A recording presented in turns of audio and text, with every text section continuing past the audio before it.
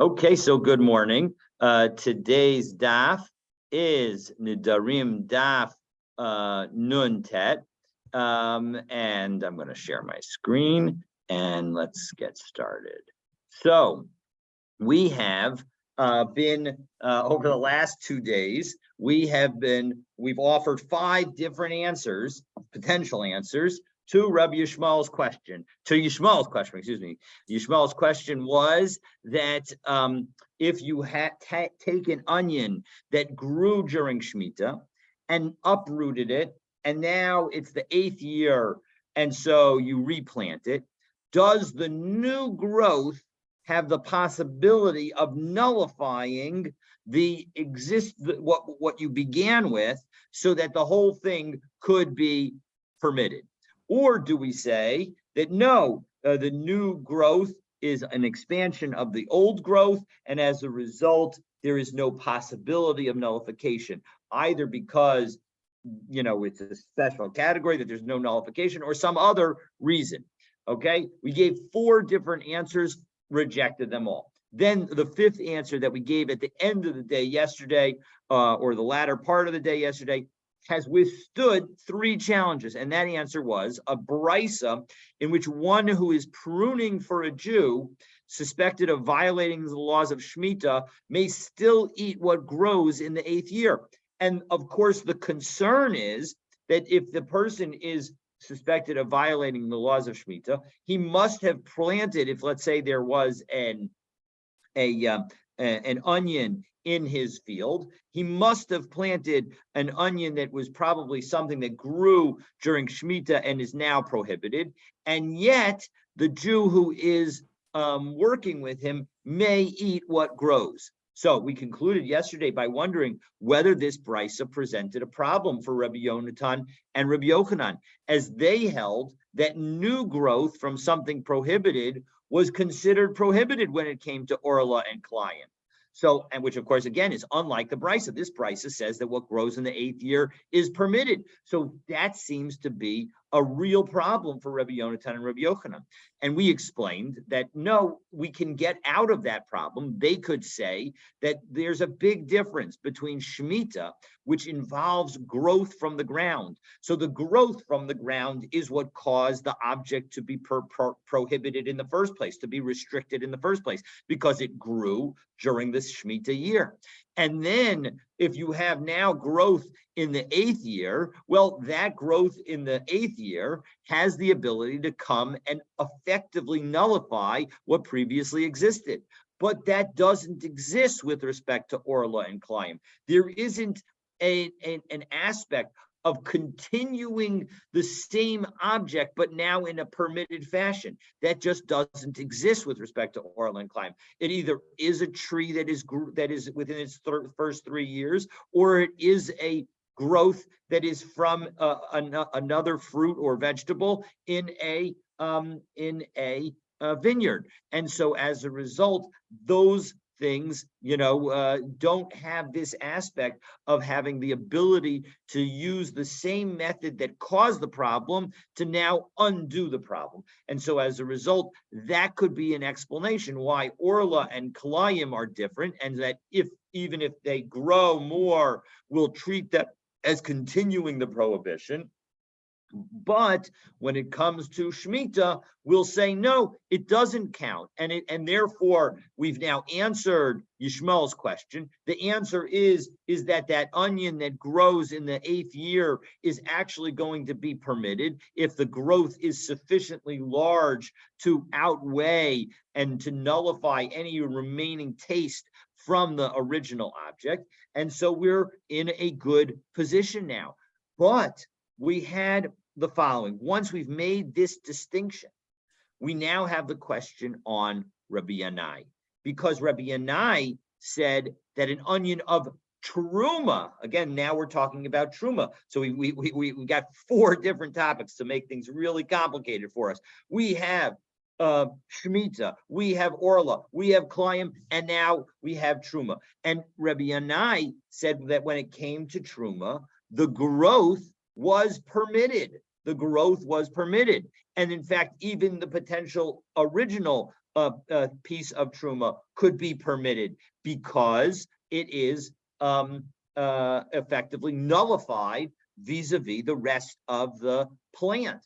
And so how could Rabbi Yanai say that when it seems like what you need, according to how we responded on behalf of Rabbi Yonatan and Rabbi Yochanan, you need to have growth from the ground. So and we're going to now use our Mishnah to further this challenge of Rabbi Yanai. So we begin at the very last word on Nun Tet Amud Aleph, and we say, Masav Rami Bar Chama. Kona, so now we're going to challenge, Rami Bar Chama is going to make a challenge. And let's take a look at the very beginning of the Ran, the second line of the Ran on the top of Nun Tet, tells us what we're asking and confirms the fact that, because we didn't actually say that we're challenging Rabbi Yanai. So the Rabbi Yanai, now we'll go to the third line, the very beginning of the third line of the Ran on Nun Ten Amud Aleph, and it says Rabbi Yanai Parach. We're asking according to Rabbi Yanai, Da Amar Leil, because he said 2 days ago on Nun Zayin Amud Bet, but Shel Truma, if you have an onion from Truma, where the growth is sufficiently large compared to what it started with, it's mutter, even though the original item was only permitted to Kohanim, the final product can be permitted to everybody, even though you started with something that was truma. De alma svirale. So it seems that he thinks de kula gedulin, that we treat it as if it's all growth. Afalpi she'ein isurin al yedei karka. Even though we don't have here, it's not involving a prohibition that came through the ground, and so the ground can create additional permitted item and make it so that it nullifies what was this. So right, that even though there was no growth from the ground that was causing the prohibition, we are saying that the new growth will nullify what existed. But and so we're going to ask from our own Mishnah to say, why do we say that in our own Mishnah we say that konamos we don't allow them to outweigh? And now let's take a look, and we'll cite our Mishnah, and at the end of our citation, we'll see the piece that is the potential challenge to Rabbi Yanai. So konam perus ha'elu, back into the Gemara, and we're fourth word on the second line of Nun Tet Amud Aleph. Konam ha'perus ha'elu, alai. If a person says that these fruit are konam on me, konam hain alpi, or they're konam on my mouth, or konam hain lithi, or they're konam to my mouth. All of them, again, according to the Ran, who's focused on the elu, we're focused on these fruit. So aser b'chilufeihen v'guduleihen, that those, because you specified the fruit, that's going to be a problem. You can't exchange it. You can't take what grows from it. It's all going to be a problem. Shani yochel v'shani toem. But if you say that I'm not going to eat or that I'm not going to taste, well then mutter b'chilufeihen v'guduleihen. Again, the Bach changes the shani and to she'eni throughout this entire Gemara. But in any event, the point is that I am eating, the concept is clearly to prohibit the item with respect to my eating and with respect to my tasting. But now it's generalized and not, according to the Ran, generalized and not specific to a specific pile of fruit. Then it's permitted. However, bedavar shazaru kala, but that all assumes that the root decomposes, that the start of it, whatever you plant, is considered as if it isn't there, so that all that you have is new stuff. So, but when it comes to the thing that we're talking about, like onions, where the bulb that you start with is still in existence, then even what grows from the growth is going to be prohibited. So again, this is a challenge to Rabbi Yanai, because Rabbi Yanai says that when it comes to something that grows, even if it's something that grows from a bulb that does not decompose. We can imagine a situation where the growth will outweigh what you started with and cause the whole thing to be permitted, specifically in connection with truma. And yet now we're saying we have our Mishnah that seems to say that when it comes to konamot, that is going to be forbidden. So Amar Rabbi Abba explains shiny konamot. Konamot are different. It's not the same thing. So as a result, okay, so right, so konamot are different, and so as a result, hoil the e-bias mitchell alayu, because the person is able to undo their oath. And so habulahu kedavar sheyesh lo matirin. And so as a result, when it comes to something that is prohibited by oath, well then, and in particular by a neder, well then, and specifically, let's just focus on nedarim. So then it's like it's a davar sheyesh lo matirin, ve'ein batel barov. And again, we have this concept that when you have a davar sheyesh lo matirin and you have min b'mino, so then it's not going to be nullified at all. It's not going to be nullified with a robe. It's not even going to be nullified with more than a robe. You're never going to have nullification min b'mino when you have a davar sheyesh lo matirin. That's how the Ran understands this. Oh, 1 second. So we wanted to answer that you had that when it comes to the konamot, it's considered a davar sheyesh lo matirin, but when it comes to truma, presumably it would not be. But 1 second, v'harei truma de'ibai mitchilala. If when it comes to truma, you also have the ability to annul, meaning that let's say I set aside a little bit of truma for the kohanim, and then I say, you know what? I don't like the quality that I gave. I'd rather give a different quality. And now I say I want to give, I want to go and undo it. So I'm able to go to a sufficient rabbi or to a court and have my setting aside of the truma annulled. And yet, nonetheless, when it comes to a truma, even though one can potentially nullify their statement and thereby make the truma permitted again, so it should be considered a davar sheyesh lo matirin, and therefore it should never be batel. But we say ubatli barov, and now in fact this reference to rov is not actually a simple majority. It means 100 to 1 or more. So when we say barov, it doesn't always necessarily mean simple majority. But in any event, ditnan, because we have a Mishnah that teaches, and this Mishnah is in Trumos, Parakeh Mishnah Aleph. Sa'ad Truma Tmeya Shenaflu Lefachot Memeya. If you have a basket, a saw of Truma that falls into less than 100 times of it, well then of Chulin, Memeya Chulin, 100 times of Chulin. And again, we're talking about where it's tamei, the truma tameya. So terakev, it needs to be left to rot. There's nothing you can do with it because you can't give it to a kohen because it is tamei. So the truma is no longer edible. Truma needs to be eaten in a state of tahara. And if the truma becomes tamei, it needs to be left to rot. And so now your entire mixture would need to be left to rot.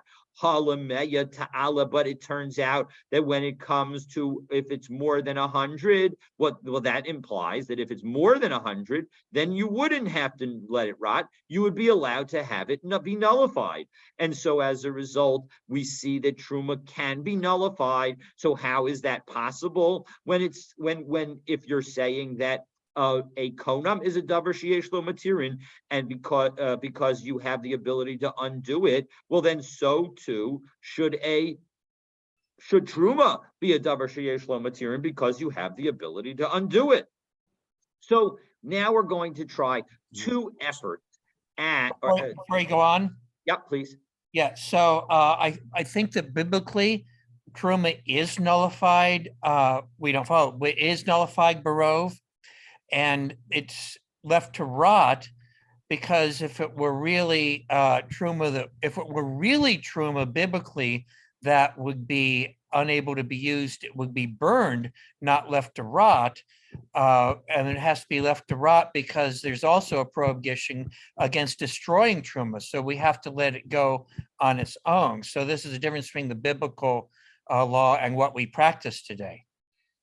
Interesting, very good, interesting point. Yes. So you're highlighting the fact that if in fact this were actual biblical, if we knew that it was biblical truma, so then there would be an affirmative obligation to destroy it because it's tamei. So we must be talking about rabbinic in order to highlight the fact that that we're letting it rot rather than anything else. Yeah, the rabbinic law is that it's nullified in 100. Whereas the biblical law, which we absolutely do not follow, would have been originally Bitul Barov. Interesting. There are obvious reasons why the rabbis would put that gezerah in. Right, because it would significantly undermine truma if it accidentally, as I with air quotes, got mixed up. So okay, so Amri Betruma Biyad Kohen Askina. So now we're going to offer three different answers. The first two are going to be rejected, and so we're going to offer the third answer. But the first two answers that we're going to offer, we're going to say maybe this is a different kind of case. So Amri Betruma Biyad Kohen Askina, maybe the Kohen has already gotten it. And that's why we can't undo it. Meaning that because the Kohen had already received the Truma from the Israel, so Delo Matzi Mitchell, now it's no longer possible. Now the Rishonim argue about whether or not, when we say it's no longer possible, does it mean that it's no longer possible for the one who gave it, or it's no longer possible for the person who's holding it, namely the Kohen. But in any event, I think that it's easier to understand if we just assume that it's talking about even the person who gave it still no longer has the ability to undo it. In any event, he has no reason to undo it because it's now in somebody else's hand. He's not going to get it back. If he undoes it, he's going to have to give other truma. So that would just cost him money. In any event, the bottom line is that now we're going to suggest maybe we're talking about a situation where it's no longer possible to undo it. Well, and second, if you wanted to say that ihachi ema seifa, we have a problem because the end of that Mishnah says im haisa tahora timacher lekohen. If what fell into the chulin was not tamei truma but tahor truma, well, that could still be eaten, and so as a result, you'd be allowed to sell that to a kohen, and that's totally fine. And so as a result, but one second, if in fact it had already been given to the Kohen, well, then it should have just said, Im haisa tahora, the Kohen can eat it. Meaning the point is it's clear that it's from the end of of the Mishnah that's cited, the Mishnah that again was in Trumos Perek Hey Mishnah Aleph. It seems that the end of that Mishnah makes clear that it has not yet gone to the Kohen. So Ella Yisrael shenaflu lo mi beit avi imo kohen askinan. Well, one second. Maybe we can say it was originally given to the Kohen, and so as a result, it can no longer be nullified. The setting aside of the truma can no longer be nullified.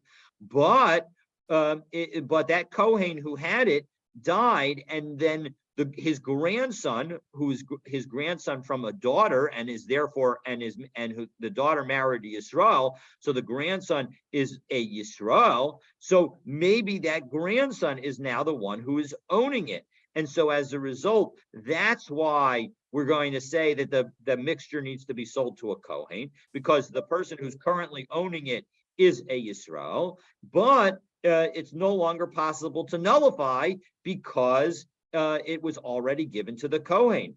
Oh, v'haktani seifa, but you know what? I haven't given you the very end of that Mishnah in that very end of the Mishnah in Trumot, because the very end of the Mishnah says timacher lekohen chutz midmei otasa, that when it comes to selling the truma, the mixture truma to the Kohen, you cannot sell them the value of the truma that fell in.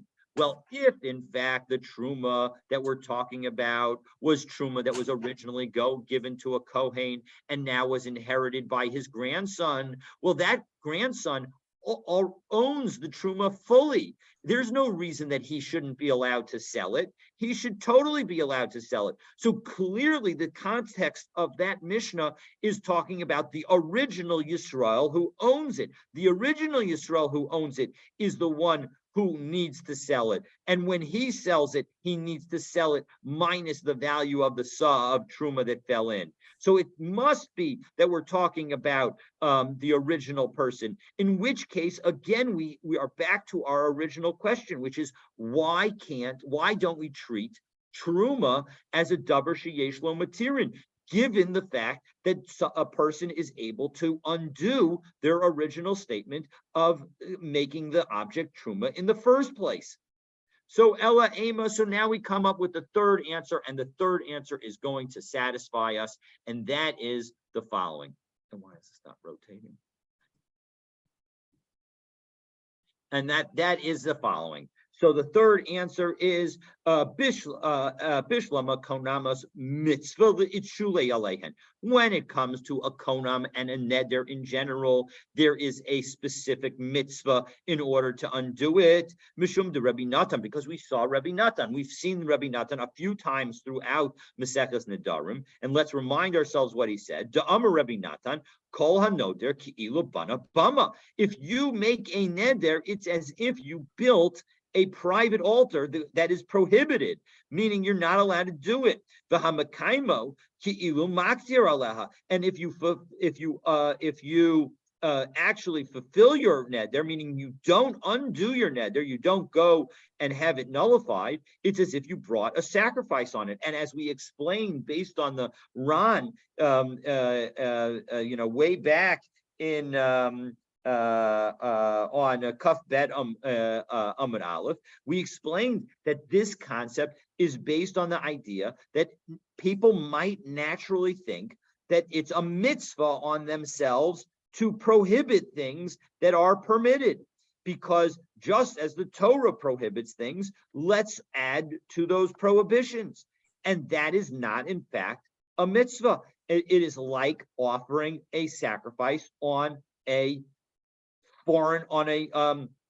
private altar, which might look like something that's really good. You might have in mind for it to be something that's really good, but it's not good because you're not supposed to do it. And so as a result, in what I view as an effort that highlights that the ends do not justify the means, we say, no, you're not supposed to do that. So as a result, when it comes to a konam, we say that there's a specific idea, a specific mitzvah that we should undo the neder. But truma, my mitzvah, it's shuli Allah. But when it comes to truma, is there any kind of mitzvah that could be said to exist with respect to it? Of course not. There's not going to be a mitzvah in that situation. And so as a result, that's why that's not going to be considered a davar sheyesh lo matirin. And the Ran helps us out here, and now it helps us understand where we have ended up with the concept of davar sheyesh lo matirin. So if we take a look at the second to last of the narrow lines in the Ran,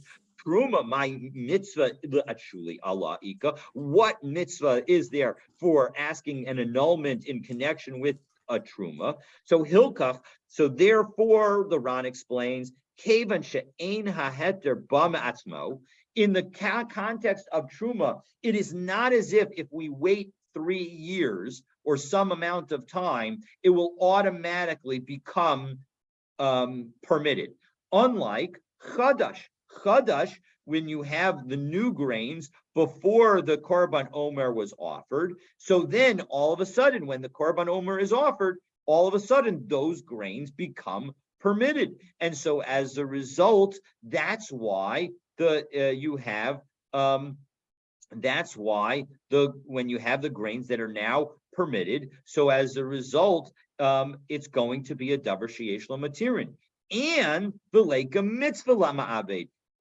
And there also is not a specific mitzvah to undo it. And so now we've explained these are the two categories. The two categories of davar sheyesh lo matirin are things that will automatically become permitted, and things that are that you have a commandment to undo. So Hachi lo mikre davar sheyesh lo matirin. And so as a result, even though there is a theoretical possibility to undo truma, we're not going to call it a davar sheyesh lo matirin. Now, the Ran asks an interesting question. One of the things that we said was a davar sheyesh lo matirin is hektish. The hektish to come money le'el b'davar sheyesh lo matirin. How is that possible? Well, the answer is, as we've been explaining the reference to hektish, the hektish bedek kabayas askina. We're talking about not hektish of making a sacrifice, but rather hektish of giving something to the Beit HaMikdash. And even though we might have made a particular tamei animal hektish in order to have it donated to the Beit HaMikdash, at the end of the day, what does the Beit HaMikdash actually need? It actually needs the money. The al-karch and lifidoyikot, whatever you were to give to the as hektish to the Beit Hamikdash will end up being converted to money, and so as a result, the original underlying item will become permitted. And interestingly enough, what if you were to say, well, 1 second, what if I give money to the Beit Hamikdash? Well, actually, even that money is going to be permitted. In one of my favorite Pirkei Avot Rabbi Natan, excuse me. One of my favorite things covered in Avot Rabbi Natan is the following: that in Avot Rabbi Natan, it highlights the power of work, how powerful work is. That if you don't do work, if you were to steal money from the Beit Hamikdash, you'd be potentially even, I think, chayav misa, if I remember correctly. And yet, if you do work, that same money, which is hektish, can now be given to you for the work that you do for the Beit HaMikdash, and now it is totally permitted for you. And so as a result, even if you were to make money hektish for the Beit HaMikdash, that money is not always going to be prohibited, because it's not always going to be hektish. It will eventually be spent on work being done for the Beit HaMikdash, and that will make it no longer a hektish, and it will be permitted. So whatever is donated to the Beit HaMikdash will in fact become permitted at some point in the future. And so as a result, it could be considered part of the first category, where it will automatically become mi'atzmo, it will become permitted. So Daran helps us understand how that is possible. So that is the discussion number 1 for today. And now we're going to consider 2 other statements. Well, actually, I think we're going to just consider one of those 2 statements today, and the third statement we'll consider tomorrow. So Gufa, now we're taking a look at one of the other statements that we have cited during the course of this discussion, where we had Amar Rabbi Yochanan. Rabbi Yochanan it was said, this is back on Nun Zayin Amabet, Litra b'tzalam shetiknav uzra'a. What happens if you have an amount of onions that has already had trumas and maasros separated, and now it is replanted? Mitaseret lefi kula. We explained that you have to take maaser from the whole thing. This was the concept that that I mentioned when Charlie asked the question about whether we get to subtract off what you started with. And the answer is no, you don't get to subtract off what you started with. You have to tithe the entire amount, even the part that was already tithed. So Yosef Rabbah, when some people say here, the Hagos V'Tzionim say that it's Rabbah here, but we'll just read it as Rabbah. So Yosef Rabbah Amar Lahashmaita, and so Rabbah was teaching this thing. Amar Le Rav Chisda, and Rav Chisda said to him, Man soislach, I don't understand who's going to listen to what you're saying. Ula Rabbi Yochanan Rabach, and to your teacher Rabbi Yochanan, which is presumably why it's the changes to Rabbah. Heter shebehen leheichach halach. Where did the permitted stuff go? You already had some stuff that had trumas and maasros taken. Why do you need to take trumas and maasros again from it? So Amar Le Milo Tnan Kavasa. 1 second. Don't we have a Mishnah that makes it clear that you have to that even the original is going to be treated like the growth? if you have a lot of growth. So because what did we have? We have bitzalim sheyardu aleim geshamim b'tzimchu. If you have onions that had rain on them in the 7th year, and they sprouted, im hayu alin shalahen shichorin asurin. If their leaves were dark, well, then they're going to be forbidden. Horiku mutarin. But if they're clear, then it's going to be permitted, because the question is, these are understood as not being onions that are in the ground, but rather onions that have that were picked up from the ground, but the ground was still attached to them. And this is how we determine whether or not the ground, the ground has given the nourishment in the 7th year, so that it'll be problematic. Well, again, if in fact the leaves are forbidden when they're dark, when they're green, so when they're dark green, lema heter shebahen lahechan halach. What shouldn't we ask the question that you just asked, Rabbi Chisda? We should ask, where did the permitted part go? And yet this Mishnah, which is in Shvius, Vav Mishnah Gimel, doesn't actually say that. It seems to suggest that the entire thing is prohibited. And so it shows that we ignore the original and that we don't ask the question, where did the permitted thing go? Well, Amar Lei, Rav Chisda says, no, you're misunderstanding that Mishnah. Misvarat al Iker Ketani. You think that Mishnah was talking about also the original onion itself? That's not the case. Atosefes Ketani Asurin. It's only the new growth that is going to be prohibited. Only that new dark leaf will be prohibited. Well, 1 second.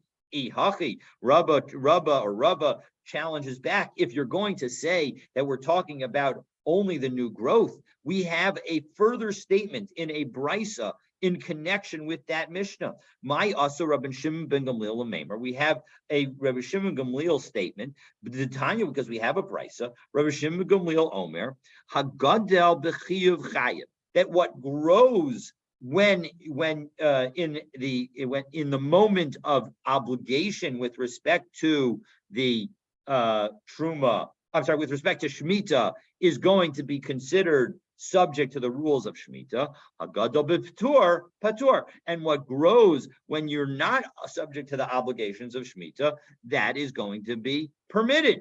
Meaning that Rabbi Shimon ben Gamliel is only focused on the growth and does not say that the growth affects the original part. And yet, but that's exactly how you, Rav Chisda, have tried to interpret this Mishnah. Well, so Rav Chisda says, yeah, exactly. That's exactly right. Because Kulam is Nisin, Rabbi Shimon ben Gamliel Ketanila. Right? The entire Mishnah is Rabbi Shimon ben Gamliel. And Rabbi Shimon ben Gamliel in the Brisa is just coming to explain himself. It isn't actually an argument at all. So now that we've done that, well, now the question is,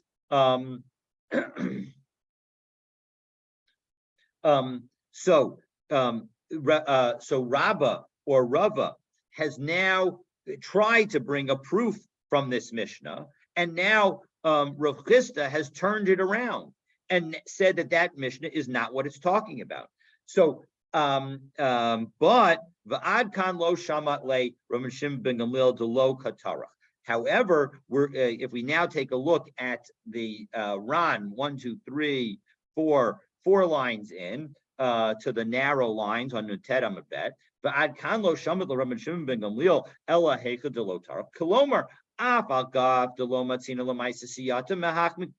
So even though Rava has not been able to bring a proof in his definitive proof in his favor from the Mishnah in Shvius about onions and the growth that they have, because Rav Chisda has said that actually could talk about only the growth and not actually affect the underlying onion.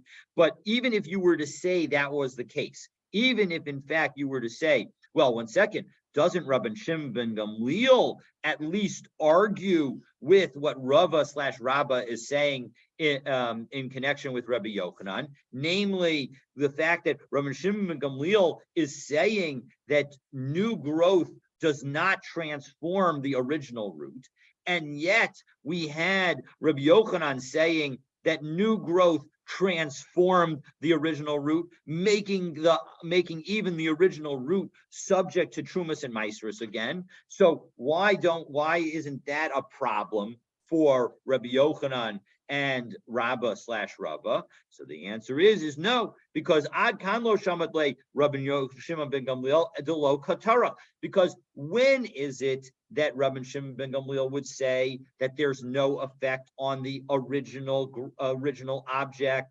That's where you did no work. Namely, you put the onion in a pile, you put it next to the ground, and it just so happened that it rained on it, and there was more growth during the course of the 7th year. And so as a result, that could be the situation. And whereas Aval Hecha to Katarech Batal Baruba. And so in the situation where if you put it on the ground and it just rained and more grew, and so we're going to say that the additional growth, because it's green, it's a dark green. So as a result, we're going to say that it's as if it came from the ground and therefore is prohibited.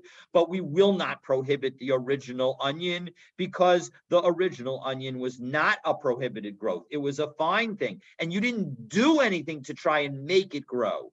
However, when it came to the planting, that we said that you had taken Trumas and Maasros from a particular onion, and that onion already had Trumas and Maasros taken, and now you affirmatively plant it, well, then what grows will come to nullify the original planting. And so that's how the Ran explains this. And so, well, 1 second, is it really true that when you do work, something grows, what grows will nullify? It will, as a result of it having more than enough over the original root. V'harei litra meiser tevel de katara.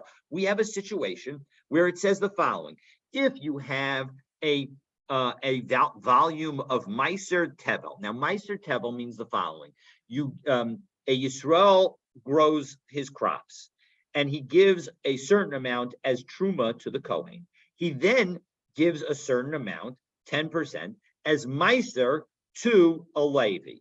Now, from that meiser that is given to the Levi himself needs to give what is known as trumas meiser. Now, if he fails to do that, what he has is called meiser tevel. So now imagine we have this onion that was given as meiser to a Levi, and the Levi never gave the trumas meiser to a Kohen, and now he goes and he plants it. And what happens? The Ketani osa litra meiser alav mimakom acher lefi cheshbon. We learned in a brisa that it says that the person is going to need to take trumas meiser for that original volume of onions that never had trumas meiser taken, and he's going to need to take it from somewhere else because because it was now used in the volume that he had. So he's not able to use that object any longer. He needs to take it from somewhere else. So if that's true, why don't we say that here we have somebody who did work and there's more growth, and yet we don't say that what's left is nullified? So now the Gemara explains that there's a special rule that is involved here, because shiny gabi meiser is different. To amar kra aser to aser, that when it comes to meiser, there is a pasuk that says that you shall certainly tithe, and we'll explain how this teaches us anything in a moment. The hetera zare inshi, and so when it comes to permitted growth, then that's where you're going to have to pay the tithe again. Isura lo zari inshi. But when it comes to prohibited growth, that's not the case. So what does that all mean? So let's take a look in the Ran, in the widest lines. It's the fourth of the widest lines. Shiny gabi meiser de amar kra aser ta aser et kol tuot zarecha de hetera zare inshi de isura the lo de hetera zare inshi. The Isura lo zari inshi. Okay, so what does that mean? So koloma rachmana, that this is what the Torah is telling. Amar Kolomar Rahmana Amar, that is, what we're saying is that the Torah is saying, Da'av zaracha shezarata, that what you are going to plant, the seeds that you are going to plant, shehu metukan, that has already been fixed, meaning you've already shehu metukan kvar, that you have already fixed, namely that you've given trumas and meiser, tachzor v'ta'aser, you are going to need to give it again. Why? Because ikar legabi gedulin, because the original amount that you are now replanting is going to be nullified relative to the tremendous growth that it will produce.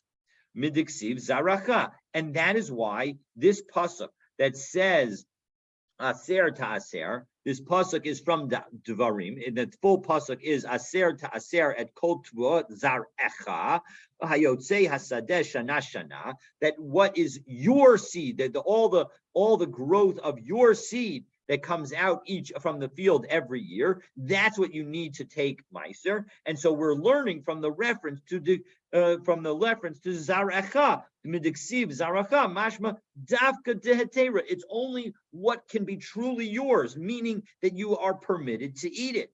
But the hachi archayu into inshe that's the general custom of people. Ubehetera ka'amar gedulin mivatlin ikar, and it's only when you have all permitted produce that we're going to say that the produce is going to cause the original amount to be nullified. Aval isura, but when it comes to something that was planted that is prohibited, lav zaracha mikri, that is not going to be called your seed. Delo zarele inshi, and because people don't plant that, because you're not allowed to plant it. Well, hilkach, if you do plant it, mizaracha mashma de beisura lo asu gedulin u'mevatlin ikar. So in that specific case, we'll say that the growth does not come and nullify, and that is why. So now we've explained. This is why. We say that Rabbi Yochanan will say that when it comes to a litra of onions that one has taken trumas and meiser and you grow them from the ground, they will need to all be tithed, even the part that was original, meaning you don't get to subtract what you started with. On the other hand, if in fact you have something that's prohibited, like a litra of meiser from which trumas meiser was never taken, and you were to plant that, well, then the original will not be nullified, and the prohibition that's associated with it will still require that we take trumas meiser, and we'll need to take that trumas meiser from somewhere else. So that leaves us with one final statement for that before we finish this chapter that we will need to discuss, but that we will save that for tomorrow's daf. So stay tuned for tomorrow's daf as we will analyze this final statement, the statement of Rabbi Chanina Tirta in the name of Rabbi Yanai, and from that statement we will then finish this perek and pick up, with God willing, the next perek, the 8th perek of Nedarim. So I have a question about seeds. Tithes, truma, meiser only apply to crops grown for food, primarily for food. So there's no mitzvah to tithe flaxseed, for instance, even though some people, including myself, today, farmers for most crops do not grow seeds. They buy seeds that are specifically grown for the purpose of planting, because they discovered in the early 20th century that hybrid seeds produce better crops, but those crops don't themselves produce good crops. So farmers buy seeds.